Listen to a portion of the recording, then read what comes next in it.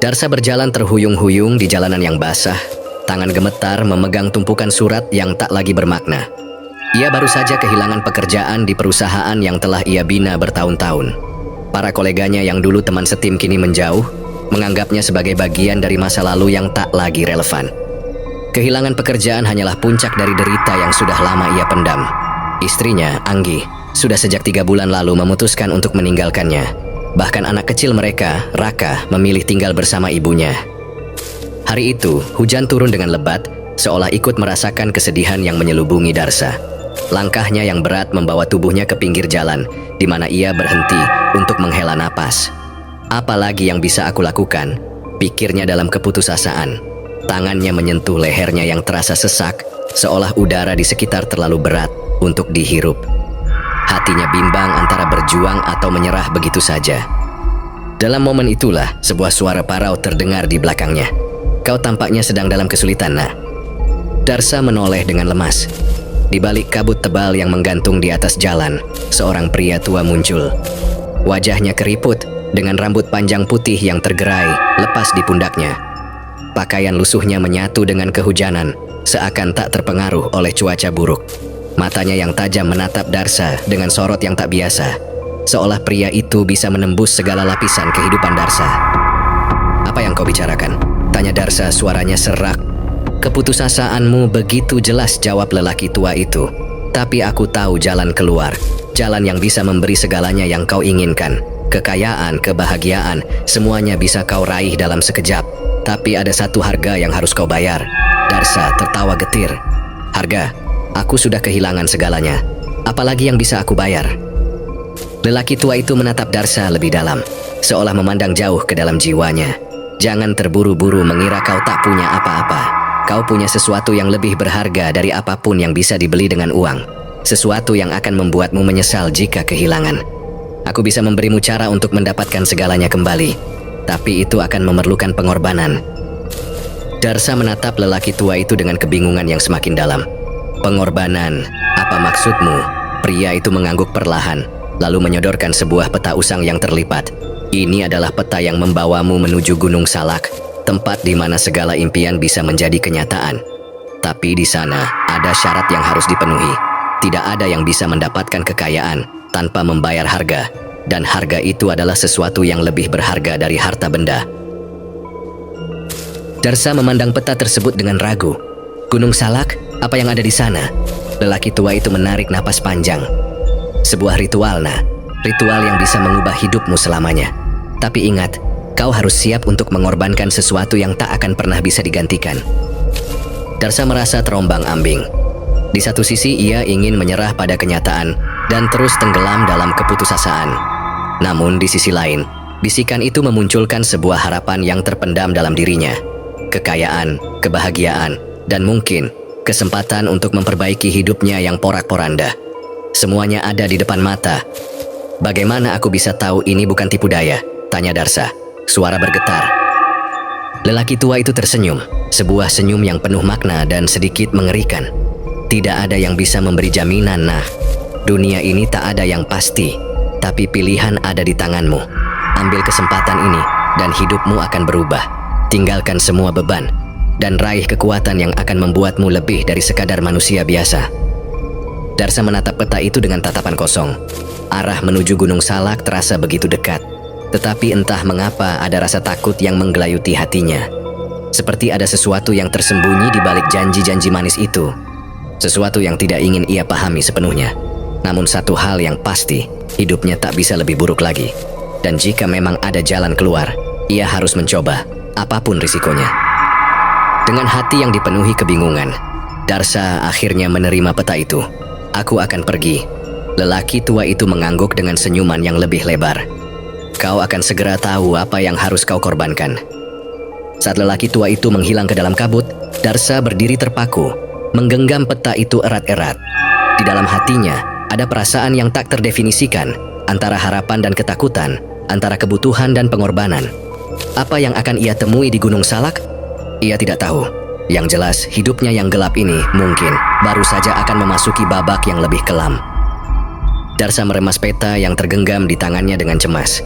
Rasa takut semakin menggigit seiring setiap langkah kakinya yang menjauh dari kota, meninggalkan hiruk-pikuk kehidupan yang penuh kegagalan. Di tengah hujan yang masih turun, ia berkendara seorang diri, menembus jalanan yang semakin lama semakin sepi. Semakin dekat ia menuju kaki Gunung Salak, semakin gelap malam menyelimuti. Mobilnya dengan lampu depan yang samar hanya menyinari jalanan berkelok yang penuh dengan kabut. Darsa merasakan keraguan yang menggelayuti dirinya. Hatinya bergejolak seolah sesuatu yang buruk akan segera terjadi. Ia memikirkan kata-kata lelaki tua itu, harga yang lebih berharga dari harta benda. Dan sejenak, ia merasa bahwa ia telah terperangkap dalam sebuah jalan yang tak bisa ia mundurkan lagi. Dalam pencariannya untuk memperbaiki hidup, ia telah menapaki jalan yang tidak akan pernah kembali. Namun meskipun rasa takut itu mencengkeram hatinya, Darsa tidak bisa berhenti. Ia merasa sudah terperosok terlalu dalam keputusasaan untuk memilih mundur. Di tengah perjalanan, mobilnya mulai melaju lebih lambat. Tidak jauh dari sebuah warung kecil yang tampak sudah tutup. Di sana, berdiri seorang pria paruh baya yang mengenakan jaket tua dan topi lusuh, dengan wajah yang tampak keras namun penuh misteri. Ia tampak seperti bagian dari alam sekitar, seperti pendaki gunung yang sudah biasa bertahan hidup di tengah kerasnya alam. Pria itu mengangkat tangan dan melambai, memintanya untuk berhenti. Darsa menurunkan kaca mobil dan melihat pria itu mendekat. Malam ini hujan deras, nak. Kalau terus melaju sendirian ke Gunung Salak, bisa saja kau tersesat, kata pria itu dengan suara berat dan penuh peringatan. Apalagi dengan keadaan jalan yang licin dan kabut yang tebal. Darsa merasa sedikit terganggu, namun rasa penasaran mengalahkan ketidaknyamanannya. Apa kau tinggal di sini? Tanya Darsa, mencoba berbasa-basi. Ya, aku tinggal tidak jauh dari sini, jawab pria itu sambil tersenyum tipis. Namaku Pak Rengga. Aku sudah lama tinggal di sekitar sini. Kalau kau ingin naik gunung itu, aku bisa menemanimu. Tapi sebelum itu, kau harus mendengarkan sedikit cerita. Darsa mengernyitkan dahi. Cerita apa? Pak Rengga mengangguk, lalu mengambil posisi duduk di tepi jalan, mengisyaratkan Darsa untuk ikut duduk bersamanya.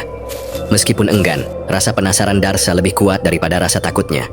Ia pun keluar dari mobil dan duduk di samping Pak Rengga, mendengarkan dengan saksama. Aku juga pernah melakukan ritual itu, kata Pak Rengga. Suaranya lebih rendah dan dalam, seolah membawa suasana serius. Tapi aku sudah tahu betul apa harga yang harus dibayar. Kau hanya orang kedua yang kuajak berbicara tentang ini. Aku tak ingin kau melakukan kesalahan yang sama sepertiku. Darsa menatap Pak Rengga dengan penuh perhatian. Tidak mengerti apa yang dimaksud. Apa yang kau maksud dengan harga? Pak Rengga menatap Darsa dalam diam. Matanya yang buram menyiratkan ketakutan yang dalam. Aku pergi ke Gunung Salak beberapa tahun lalu. Seperti yang kau rencanakan. Aku juga ingin semua yang kumiliki kembali. Kekayaan, kekuatan, kebahagiaan. Aku ingin hidupku berubah. Aku ingin mendapatkan apa yang aku kehilangan. Dan itu, aku dapatkan. Tapi dengan cara yang mengerikan. Pak Rengga menarik napas dalam-dalam, lalu melanjutkan. Ritual itu tidak pernah seperti yang dikatakan orang. Semua orang berpikir itu hanya tentang mengorbankan sedikit darah. Tapi itu jauh lebih mengerikan. Apa yang kau korbankan, nak, bukan hanya harta, bukan hanya tubuhmu. Itu adalah jiwamu. Darsa terdiam. Kata-kata itu menghantamnya begitu mendalam. Seperti suara yang menggema dalam kegelapan malam yang sunyi. Apa yang sebenarnya terjadi di sana? Tanya Darsa, berusaha menahan kegelisahan yang mulai menjalar di tubuhnya. Di puncak Gunung Salak ada tempat yang disebut pintu gerbang. Di sanalah ritual itu dilakukan. Kau harus menaruh sesuatu yang berharga, lebih dari apapun yang pernah kau miliki. Dan aku, pada saat itu, menawarkan seluruh masa depanku. Aku berdoa dan memohon, dan saat aku membuka mata, aku mendapatkan apa yang kuinginkan. Uang, kekuasaan, segala yang tak pernah kubayangkan. Namun, ada sesuatu yang hilang. Pak Rengga menggenggam kedua tangannya dengan erat, seolah menggenggam rasa penyesalan yang tak terungkapkan. Aku kehilangan lebih dari yang bisa kubayar. Aku kehilangan istriku, anakku. Mereka tak pernah kembali. Karena itulah harga yang harus aku bayar. Aku bertanya-tanya setiap malam, apakah itu benar-benar sepadan? Darsa merasakan jantungnya berdegup kencang, tubuhnya mulai merinding mendengar kisah Pak Rengga. Apakah kau menyesal? Pak Rengga menundukkan kepalanya, sebuah beban yang tak terucapkan jelas tergambar di wajahnya. Aku ingin menyesal, nah. Tapi dalam dunia ini, tidak ada tempat untuk penyesalan. Ketika kau sudah memilih jalan itu, kau akan terus berjalan, tak ada jalan kembali. Darsa diam, merasa ketakutan mulai menyusup dalam setiap inci tubuhnya. Apa yang harus ia lakukan sekarang? Dengan setiap kata yang keluar dari mulut Pak Rengga, ia semakin merasa terperangkap dalam pilihan yang hampir tak bisa dibatalkan. Hatinya bergejolak, antara terjun lebih dalam ke dalam kegelapan atau menghentikan langkahnya. Tapi satu hal yang pasti, perjalanan ini sudah mulai merubah dirinya dan tak ada jalan kembali. Pak Rengga menatap Darsa dengan penuh makna, seakan mengerti perasaan dalam dirinya. Kau masih bisa mundur, nah. Tapi ingat, sekali kau melangkah lebih jauh, tak ada lagi jalan untuk kembali. Pilihan ada di tanganmu. Darsa berdiri di depan gua yang terpencil, di jantung Gunung Salak. Kabut tebal dan angin dingin memeluk tubuhnya dengan erat. Hutan di sekitar gua tampak gelap, seolah-olah alam itu sendiri berusaha menghalangi jejak langkahnya. Namun, rasa cemas yang menggelayuti hatinya tak lagi cukup untuk menghentikan niatnya. Ia telah sampai sejauh ini, dan ia tahu, meskipun sangat takut, ia tak bisa mundur lagi. Sebelum melangkah lebih jauh, Darsa menghela napas dalam-dalam. Suara hutan malam yang menderu membuat seolah-olah dunia sekelilingnya berbisik, mengingatkan akan bahaya yang tengah menunggu. Semua peringatan yang diterimanya dari Pak Rengga dan lelaki tua di kota berputar-putar di pikirannya, tapi ia tetap memilih untuk terus melangkah. Ia sudah terperangkap dalam keputusasaan yang begitu mendalam. Hidupnya yang hancur dan penuh kenangan pahit seakan memaksanya untuk mencari cara apapun untuk memperbaikinya. Langkah pertama memasuki gua terasa berat. Udara di dalam gua lembab, penuh bau tanah basah dan sesuatu yang lebih sulit dijelaskan. Suara bisikan lembut menyusup di telinganya, meskipun ia tak bisa mengetahui dari mana asalnya. Setiap langkah terasa semakin mencekam, seakan ada sesuatu yang mengamati dari dalam kegelapan. Di kedalaman gua, Darsa menemukan sebuah altar batu yang tampak sudah sangat tua. Altar itu terbuat dari batu hitam, ditumbuhi lumut yang menambah kesan angker pada tempat itu. Di atas altar, terdapat bercak darah kering yang masih berwarna merah gelap, menandakan bahwa ritual-ritual sebelumnya telah terjadi di tempat itu. Cahaya samar dari senter yang dibawanya menari-nari di atas permukaan batu, menciptakan bayangan yang membuat suasana semakin mencekam. Darsa menatap altar itu dalam diam. Dalam hatinya ia bertanya-tanya, apakah ini benar yang ia inginkan? Kekayaan yang dijanjikan, kebahagiaan yang hilang. Mungkin ini adalah satu-satunya cara baginya untuk mendapatkan kembali apa yang telah direnggut darinya. Namun, saat ia menatap darah yang mengering di batu, rasa ragu kembali datang menyergap, seolah peringatan dari alam semesta itu sendiri. Tapi suara bisikan itu semakin kuat, semakin memanggil-manggilnya. Lakukan, lakukan. Suara itu berbisik, seolah menembus pikirannya. Darsa menundukkan kepalanya, mencoba mengabaikan rasa takut yang mulai melumpuhkan tubuhnya. Ia meletakkan sebuah benda yang dibawanya di altar, sebuah cincin yang dulunya milik istrinya. Ia ingat betul bagaimana istri dan anaknya pergi meninggalkannya, dan betapa hancurnya hatinya saat menyadari bahwa kebahagiaan yang pernah dimilikinya telah pergi begitu saja. Ia berharap cincin itu, benda yang penuh kenangan itu, dapat menggantikan apa yang telah hilang. Dengan tangan gemetar, Darsa mulai mengucapkan mantra yang diberikan lelaki tua di kota. Kata-kata itu asing di telinganya, namun ia tahu ia harus mengatakannya. Setiap kata yang diucapkan seolah memanggil kekuatan yang lebih besar dari sekadar manusia. Saat kata terakhir keluar dari mulutnya, udara di sekitar gua tiba-tiba terasa lebih berat, lebih tegang. Tiba-tiba, angin kencang bertiup, membuat cahaya senter Darsa bergetar. Suara bisikan itu semakin menguat, kini terdengar seperti ratusan suara yang bercampur aduk, mengisi seluruh gua. Seketika, gelombang panas melanda tubuhnya, seperti ada api yang menggelora dalam setiap urat nadinya. Tanpa sadar, ia menutup matanya dan memegangi dadanya yang berdebar kencang. Tapi saat ia membuka mata, sesuatu yang aneh terjadi. Di depan altar, bayangan gelap mulai muncul, merayap perlahan dari kegelapan. Darsa terkejut, tubuhnya gemetar, tak bisa bergerak. Bayangan itu semakin jelas, sebuah sosok yang tinggi dan kurus, dengan wajah yang tak bisa dikenali. Namun ada sesuatu yang sangat mengerikan dalam tatapannya. Sesuatu yang bukan manusia, atau bahkan makhluk yang pernah ada dalam mitologi manusia. Sosok itu melangkah maju, mengeluarkan suara rendah yang tidak bisa dijelaskan dengan kata-kata. Darsa hanya bisa terdiam, terperangkap dalam ketakutan yang mendalam. Setiap gerakan makhluk itu membuat udara terasa semakin tebal, dan suara bisikan semakin keras. Dalam keadaan bingung, Darsa mencoba untuk mundur, namun kakinya seperti tertanam dalam tanah. Ia merasa tubuhnya menjadi kaku, tak bisa bergerak sedikit pun. Makhluk itu berhenti di hadapannya. Matanya yang kosong menatap Darsa dengan penuh kebencian. Tanpa mengucapkan sepatah kata pun, makhluk itu mengangkat tangannya, dan Darsa merasakan sebuah dorongan kekuatan yang begitu besar.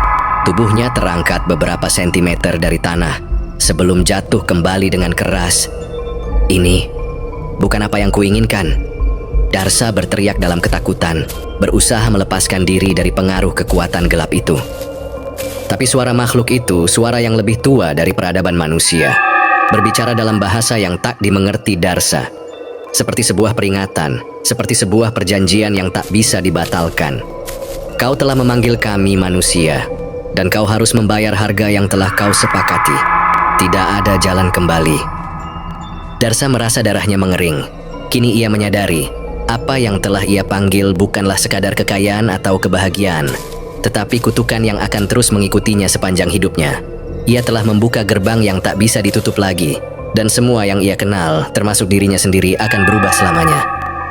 Namun makhluk itu menghilang, dan Darsa terjatuh ke tanah. Tubuhnya gemetar, penuh rasa takut dan penyesalan yang luar biasa. Suara bisikan itu masih terus mengelilinginya, tetapi ia sudah tahu. Ia telah menjadi bagian dari dunia yang tak pernah ia pahami sebelumnya. Sebuah dunia yang penuh dengan bayang-bayang dan kutukan yang akan terus menghantui langkah-langkahnya. Darsa terbangun di pagi hari. Tubuhnya tergeletak di lantai gua dengan keringat dingin membasahi wajahnya. Sejenak, ia tidak tahu apakah semuanya itu nyata.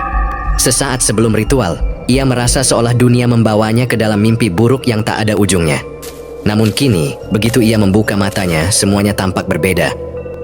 Matahari pagi menembus celah-celah gua, menyinari tubuhnya yang tergeletak. Dan untuk pertama kalinya dalam berhari-hari, Darsa merasa sesuatu yang aneh. Ada rasa lega yang tak bisa dijelaskan. Satu-satunya perasaan yang ia inginkan, kekayaan yang selama ini dicari, tiba-tiba muncul di hadapannya. Begitu ia berdiri dan mengeluarkan ponselnya, pesan-pesan transfer uang masuk satu persatu. Jumlahnya yang luar biasa membuat matanya terbelalak. Saldo rekeningnya langsung melambung, jauh melebihi angka yang bisa ia bayangkan. Namun rasa euforia itu hanya sebentar. Ketika ia mengangkat kepalanya, untuk pertama kalinya Darsa merasa sebuah bayangan gelap menelusup di balik matahari yang menyinari. Gua itu terasa lebih gelap dan udara terasa semakin berat.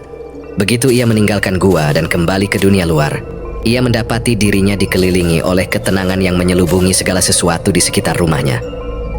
Darsa kembali ke rumahnya dengan perasaan campur aduk. Kekayaan yang selama ini diimpikan kini ada di tangannya. Namun ada sesuatu yang sangat aneh. Semua benda di rumah tampak tidak menyambutnya seperti biasanya. Rumah yang dulu terasa penuh dengan kenangan kebahagiaan kini terasa kosong dan sunyi. Ia mengedarkan pandangannya ke seluruh ruangan. Lalu, sesuatu yang janggal muncul di sudut matanya. Lantai rumah yang biasanya bersih dan teratur kini tampak berantakan, seolah ada yang mengacak-acaknya. Namun, apa yang membuat Darsa benar-benar terkejut adalah jejak-jejak kotor yang mengarah ke ruang tamu. Jejak yang tampaknya basah, seperti darah yang membekas. Rasa cemas mulai merayap masuk ke dalam hatinya. Ia berlari menuju ruang tamu, namun begitu sampai di sana, ia terhenti seketika. Dari dalam ruang tamu, ia mendengar suara aneh. Suara orang berbicara dalam bisikan, seolah ada banyak orang yang berbicara sekaligus. Namun ketika ia memeriksa lebih dekat, tidak ada siapa-siapa. Hanya bayang-bayang yang tampak bergerak di dalam ruangan. Darsa mengusap wajahnya, mencoba mengusir rasa takut yang tiba-tiba datang. Ia merasa semakin bingung, namun tak bisa memungkiri bahwa sesuatu yang tidak beres sedang terjadi.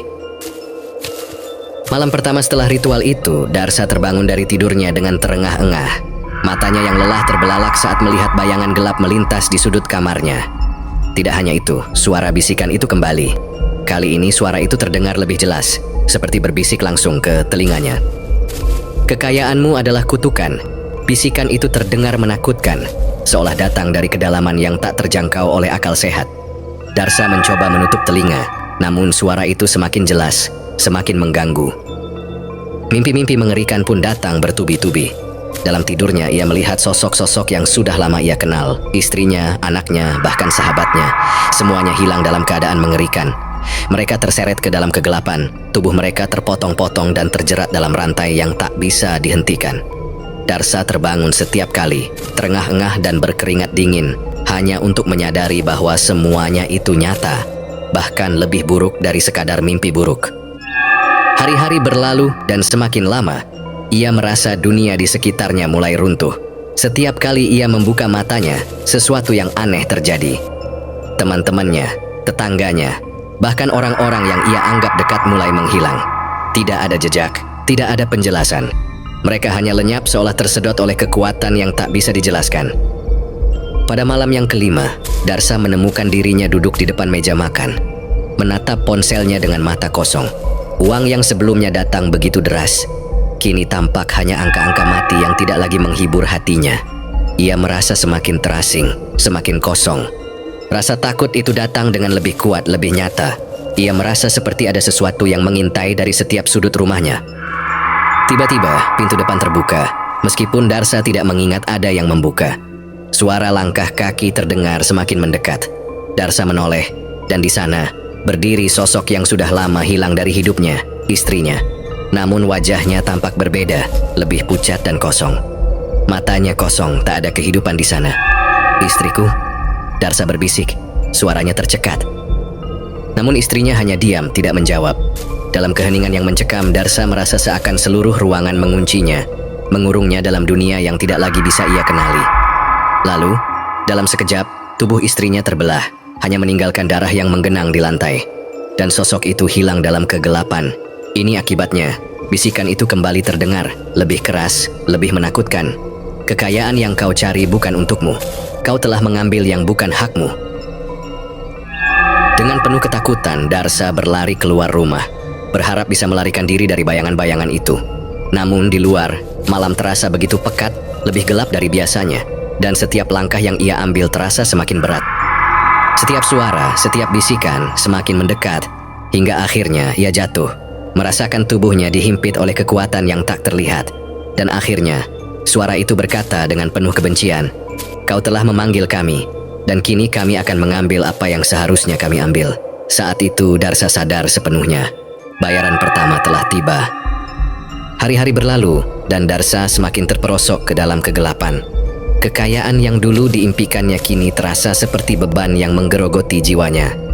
Mimpi buruk yang semula hanya datang saat tidur, kini mulai menghantui setiap detik kesadarannya.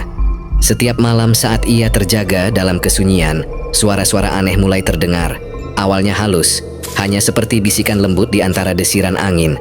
Tetapi semakin lama suara itu semakin keras, semakin jelas. Jeritan yang tajam, tawa mengerikan yang seolah berasal dari kedalaman neraka, melolong di sepanjang lorong rumahnya. Terkadang, suara itu datang dari ruang tamu, kadang di belakang pintu, atau bahkan dari langit-langit. Darsa tak lagi merasa aman di rumahnya sendiri.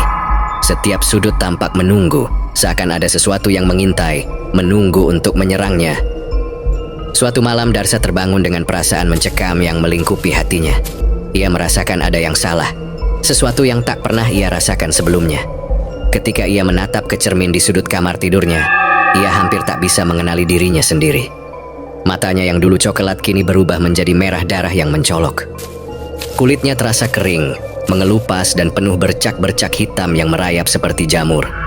Wajahnya tampak pucat, lebih pucat dari mayat, dan setiap gerakan tubuhnya terasa lebih berat, seperti ada beban tak kasat mata yang mengikatnya. "Darsa!"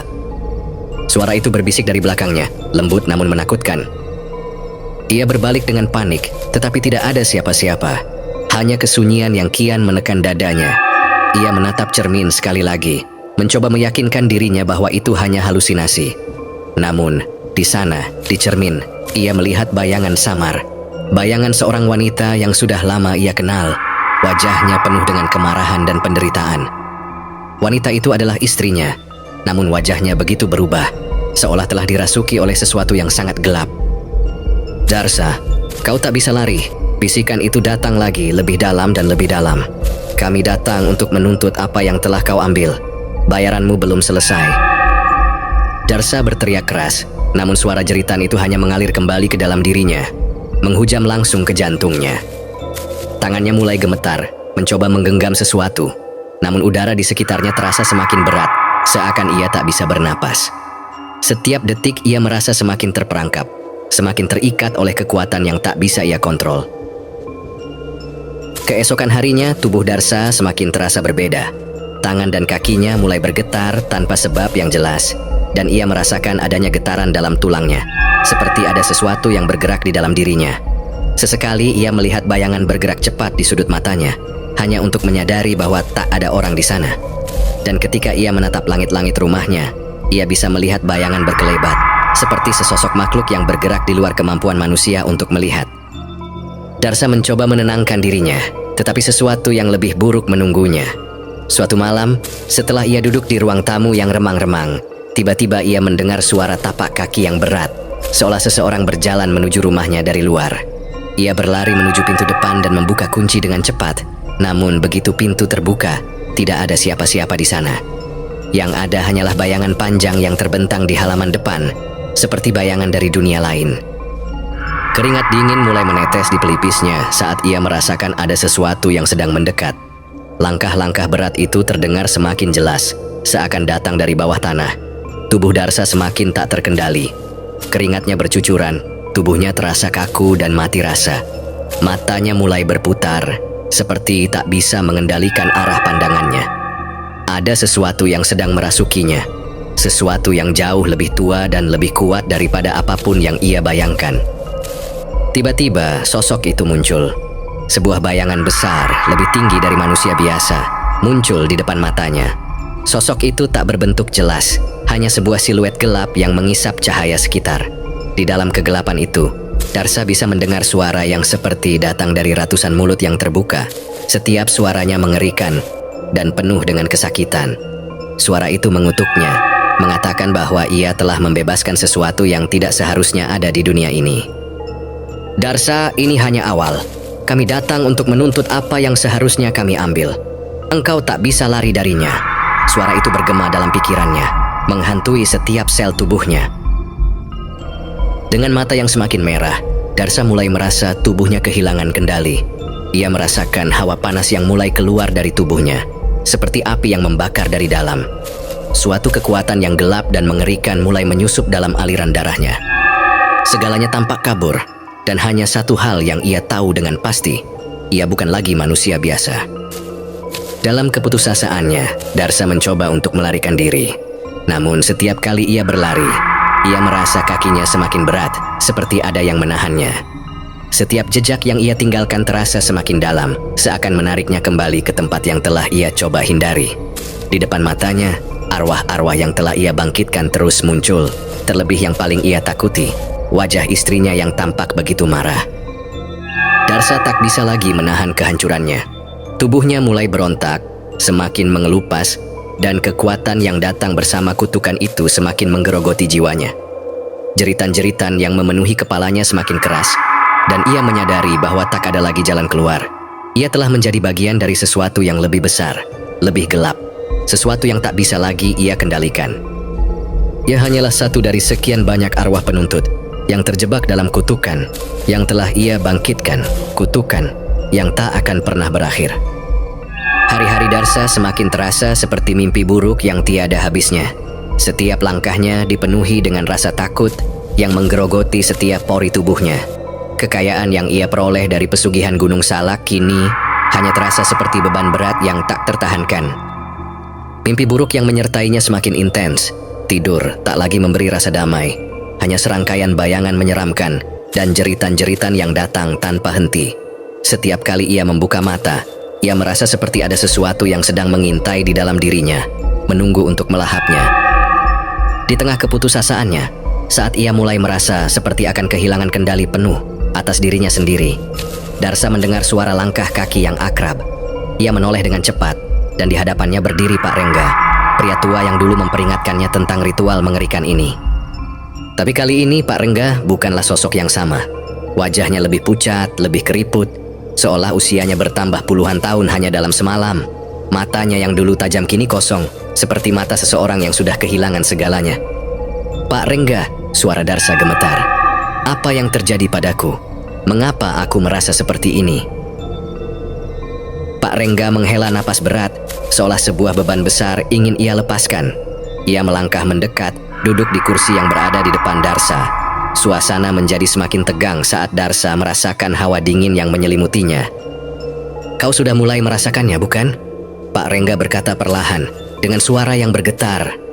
Kutukan itu bukan hanya soal darah orang lain, itu lebih dari sekadar mengambil nyawa. Ritual yang kau lakukan di Gunung Salak bukanlah sebuah jalan untuk kekayaan instan. Itu adalah penyerahan total. Darsa menatapnya dengan bingung. Penyerahan total? Apa maksudnya, Pak Rengga? Pak Rengga terdiam sejenak menatap tangan tuanya yang gemetar. Seolah-olah kata-kata itu terlalu berat untuk diucapkan. Lalu, ia mengangkat wajahnya dan menatap Darsa dengan mata yang dipenuhi penderitaan. Kau tahu, Darsa, lanjutnya, setiap orang yang melakukan ritual itu bukan hanya mengorbankan darah orang lain. Itu adalah pengorbanan diri. Kau mengorbankan jiwamu, tubuhmu, bahkan keseluruhan hidupmu. Setiap kali kau mendapatkan sesuatu, kau kehilangan sedikit dari dirimu. Dan lambat laun kau akan sadar bahwa kau tidak lagi menjadi manusia. Kau akan menjadi bagian dari entitas yang jauh lebih tua, lebih gelap dari apapun yang bisa kau bayangkan. Darsa terkejut. Jadi ini bukan hanya soal orang lain yang menjadi tumbal. Aku juga... Suaranya tercekat di tenggorokan, hampir tak mampu melanjutkan kata-kata itu. Pak Rengga mengangguk perlahan. Ya, kau akan kehilangan lebih dari sekadar kemanusiaanmu. Setiap kekayaan yang kau dapatkan, setiap keinginan yang kau penuhi, ada bagian dari dirimu yang terambil. Kau akan mulai merasakan perubahannya, bukan hanya di luar tapi di dalam dirimu. Semakin lama kau akan mulai melihat dirimu menjadi sesuatu yang lain, sesuatu yang sudah tidak manusia lagi. Darsa merasakan jantungnya berdegup kencang. Ketakutan yang sudah lama ia coba sembunyikan kini meledak begitu saja. Apa yang harus aku lakukan, Pak Rengga? Aku tak bisa terus hidup seperti ini. Setiap malam, aku merasa seakan-akan ada sesuatu yang ingin keluar dari dalam tubuhku. Aku bukan lagi diri sendiri. Pak Rengga menatapnya dengan tatapan penuh simpati, tetapi juga rasa takut yang mendalam. Tidak ada jalan keluar, Darsa. Setiap orang yang melakukan ritual itu, mereka akan terperangkap dalam lingkaran tak terputus. Jika kau ingin keluar, maka kau harus membayar dengan lebih dari sekadar darah. Kau harus memberikan hidupmu seluruhnya. Kau akan menjadi bagian dari mereka yang datang setelah ritual itu selesai. Darsa merasa dunianya runtuh. Jadi, aku akan menjadi apa? Tidak ada jalan kembali. Semua ini hanya ilusi kekayaan yang menyesatkan. Pak Rengga mengangguk, wajahnya suram. Kau sudah memasuki dunia yang tidak bisa kau pahami sepenuhnya. Semua orang yang berhasil mendapatkan kekayaan melalui pesugihan seperti ini akan merasakan perubahan itu, namun mereka tidak akan bisa lari. Kau berpikir bahwa kau bisa mengendalikan kekuatan itu, tapi pada akhirnya, kekuatan itulah yang mengendalikanmu. Darsa merasa tubuhnya semakin lemas, hampir tak bisa menahan segala beban ini. Keringat dingin membasahi tubuhnya, dan ia hampir tak sanggup berdiri. Aku tidak bisa, suara Darsa hampir pecah. Aku tidak bisa menerima semua ini. Aku ingin keluar. Aku ingin hidup normal lagi. Pak Rengga menghela napas panjang. Tidak ada yang bisa mengubah takdir yang sudah ditulis, Darsa. Kau telah membayar harga yang sangat tinggi untuk kekayaan itu. Dan kau harus tahu satu hal. Tidak ada yang bisa lepas dari kutukan ini, baik itu dirimu atau orang lain di sekitarmu. Darsa merasa seperti ada sesuatu yang membelenggu dirinya dengan erat. Bagaimana dengan mereka yang sudah hilang? Mereka yang menghilang di sekitar rumahku. Apakah mereka juga bagian dari ini? Pak Rengga menatap Darsa dengan pandangan yang tajam dan penuh penyesalan. Mereka adalah bagian dari kutukanmu.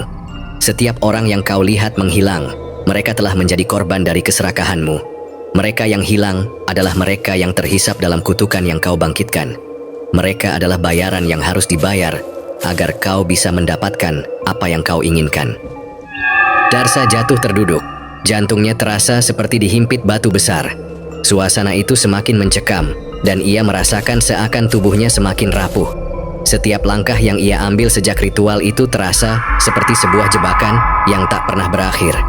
Ia hanya bisa menatap Pak Rengga dengan tatapan kosong, kehilangan harapan, dan merasakan kegelapan yang semakin menggerogoti jiwanya.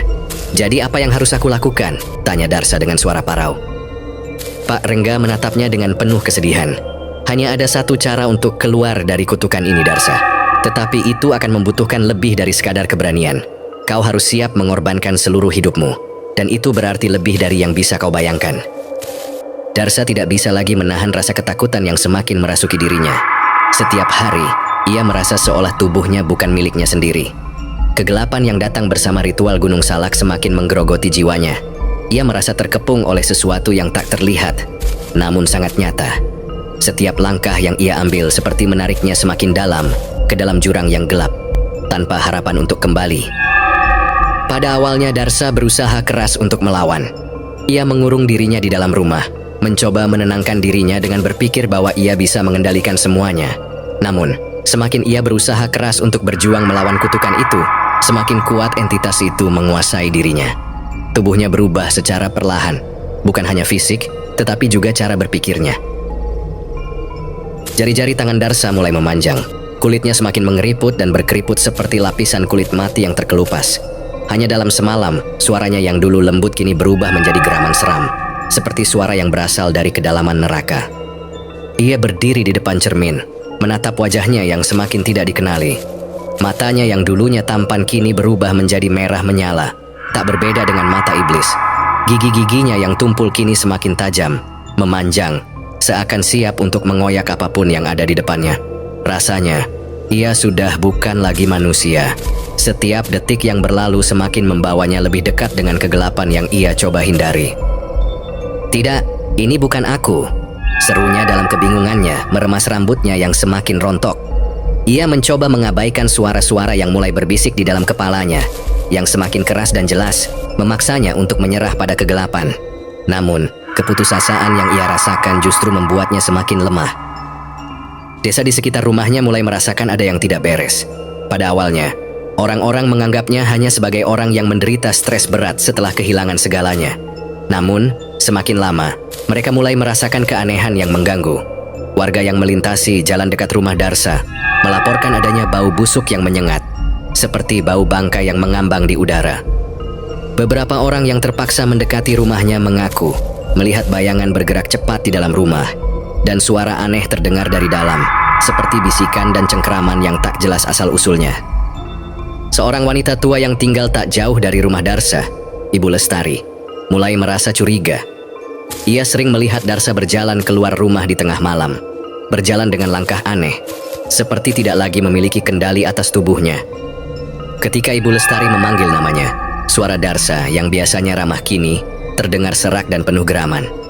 "Darsa, anakku, ada apa denganmu?" tanyanya dengan suara khawatir. Namun Darsa hanya menjawab dengan geraman yang membuat tubuhnya bergetar ketakutan.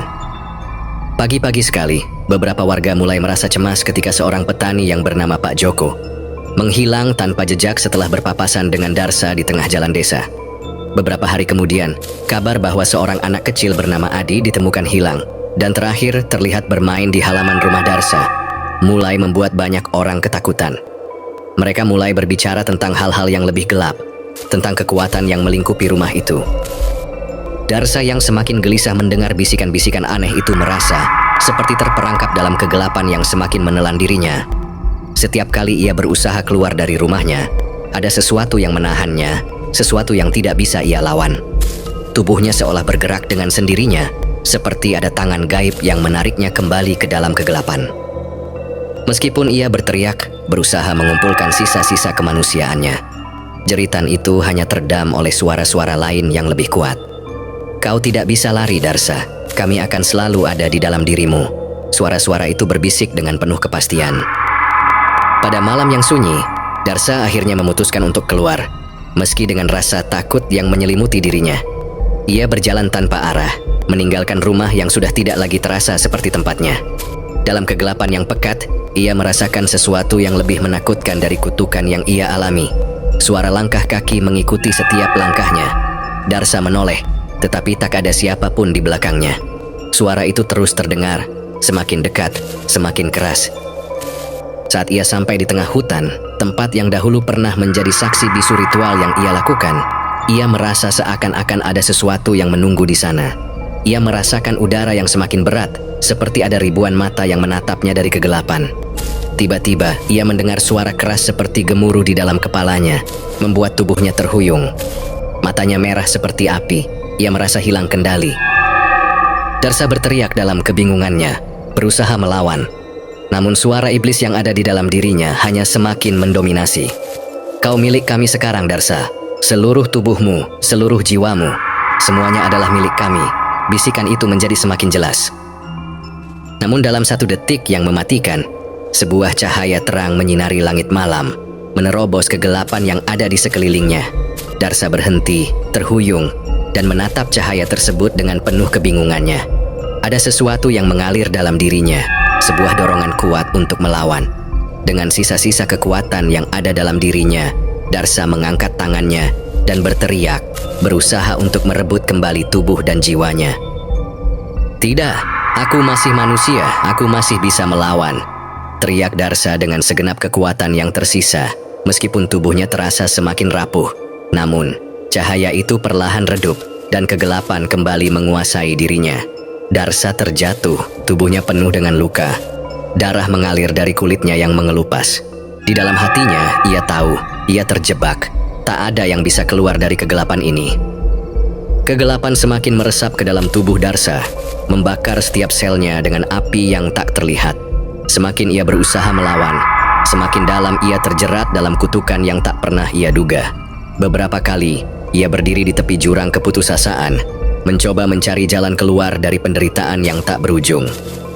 Namun ketika ia menatap bayangannya yang semakin hancur di cermin, ia tahu bahwa segala usaha yang ia lakukan selama ini hanya sia-sia. Ia bukan lagi Darsa yang dulu, ia adalah sesuatu yang lebih buruk, lebih menyeramkan. Namun entah dari mana sebuah ide liar muncul di benaknya. Mungkin hanya dengan menghancurkan sumber dari segala penderitaannya, altar yang telah menjadi saksi bisu ritual mengerikan itu, ia bisa membebaskan diri. Tapi, bahkan dalam rencananya yang seolah penuh harapan, ada suara dalam dirinya yang memperingatkan, kau tak bisa melarikan diri begitu saja, Darsa. Kami sudah menguasai dirimu. Suara itu berasal dari kedalaman hatinya. Suara yang makin lama semakin familiar, seperti bisikan iblis yang membisikkan janji palsu kepada setiap orang yang telah terjerat dalam pesugihan. Namun Darsa, yang kini sudah begitu terdesak, tak peduli lagi. Ia ingin bebas, ia harus bebas apapun yang terjadi. Dengan hati yang dipenuhi kemarahan dan tekad, Darsa memutuskan untuk melakukan perjalanan sekali lagi menuju tempat yang menjadi akar dari semua penderitaannya. Gua yang terletak di Gunung Salak, tempat di mana semua ini bermula. Ketika ia melangkah keluar dari rumahnya, bayangannya menyelimuti desa, membuat langit yang tadinya cerah tiba-tiba menjadi gelap dan suram. Warga yang melihatnya hanya bisa menatap dengan ketakutan, tahu bahwa Darsa bukan lagi orang yang mereka kenal. Darsa berlari, meskipun tubuhnya mulai terasa berat, lelah, dan sakit. Setiap langkah membawa rasa terbakar yang semakin hebat. Namun ia tak peduli. Dalam pikirannya, hanya ada satu tujuan, menghancurkan altar itu. Ia ingin menghentikan semuanya, menghancurkan hubungan kegelapan yang telah mengikatnya. Ketika ia tiba di kaki Gunung Salak, langit di atasnya berubah menjadi semakin gelap. Awan hitam berputar-putar di atas kepalanya seperti malaikat maut yang menanti untuk merenggut jiwanya. Suara gemuruh terdengar, seperti tawa iblis yang menyambut kedatangannya. Dengan gemetar, ia mengangkat tangan dan meraih pisau yang ia bawa. Pisau itu bersinar tajam di bawah sinar redup yang masuk dari celah-celah gua. Ia memutuskan untuk menyerang, untuk merobek segala yang ada di hadapannya, dan menghancurkan segalanya yang telah mencengkeram jiwanya. Saat Darsa hendak menghujamkan pisau itu ke altar, sebuah tawa menggelegar mengisi udara. Ia terkejut, matanya membelalak saat ia melihat bayangan hitam yang muncul dari balik altar. Kau pikir ini akan selesai begitu saja, Darsa? Suara itu terdengar keras, menusuk telinga. Suara yang kini tak asing lagi. Suara iblis yang telah memberinya kekayaan. Bayangan gelap itu muncul di hadapannya. Tubuhnya terbuat dari asap hitam yang bergerak tanpa bentuk, namun matanya menyala dengan merah membara. Darsa bisa merasakan ketakutan yang mendalam menyusup dalam dirinya. Namun, ia sudah terlanjur berada di titik tanpa jalan keluar.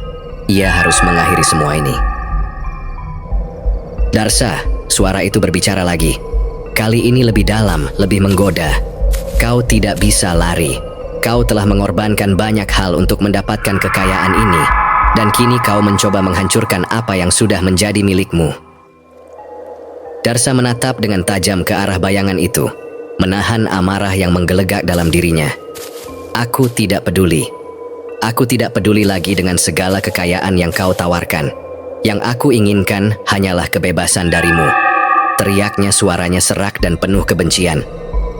Bayangan itu tertawa, tawa yang mengerikan, membuat gua itu bergetar. Kebebasan, kata iblis itu. Kau sudah melewati garis yang tak bisa kau balikkan, Darsa.